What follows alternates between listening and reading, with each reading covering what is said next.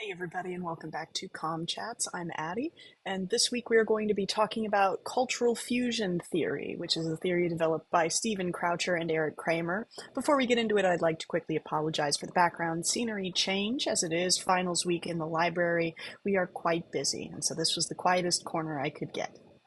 To briefly explain cultural fusion theory, the theory seeks to describe the process of both a dominant culture and newcomers or immigrants and how they change and transform one another simultaneously. This includes 7 major theoretical propositions: accommodation and cultural maintenance, intercultural transformation, functional fitness, communication competence, support via engagement for both the dominant and minority cultures, pressures on the minority group, and a predisposition to acculturate or change leading to greater change.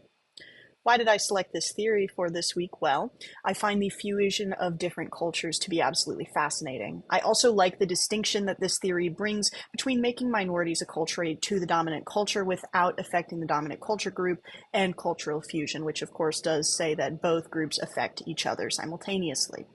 Personally, I have a lot of friends from a great many of different intercultural, immigrant, or non-native backgrounds, and as somebody without much connection to my own cultural heritage at all, I would love to understand the experiences of people who have foots in different worlds so that I can better help support them and be a better friend.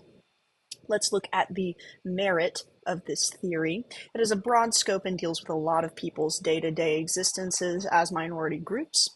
It is logically consistent from the start to the end. Heuristically, I'd say it's pretty valuable as it can be used to better support and understand people's intercultural communication experiences. It is very parsimonious, it just makes sense. It can be utilized with any culture-based study. Testability is super easily measured by qualitative data, interviews, stuff like that. I would say that definitely an ethnography would be helpful here. And test of time, it was created in 1992 and has held up and been expanded since its inception. 2 research ideas that I have for this theory. I would love to do a case study or ethnography on a family that has immigrated to the US and is supported by both the dominant culture group and the minority culture group that they come from, and see kind of how their relationships and views change over time. I'm sure that this has already been done several times, but I just would find it interesting to be the one conducting the study. I also think it would be super interesting to find out more about the ways that dominant culture groups, especially those who actively attempt to pressure or stamp out minority groups, change to actually accommodate them over time, despite what their actions may say. The value of this theory, I would say, is very valuable as it's directly applicable to a lot of people's quality of life as minority or immigrant groups.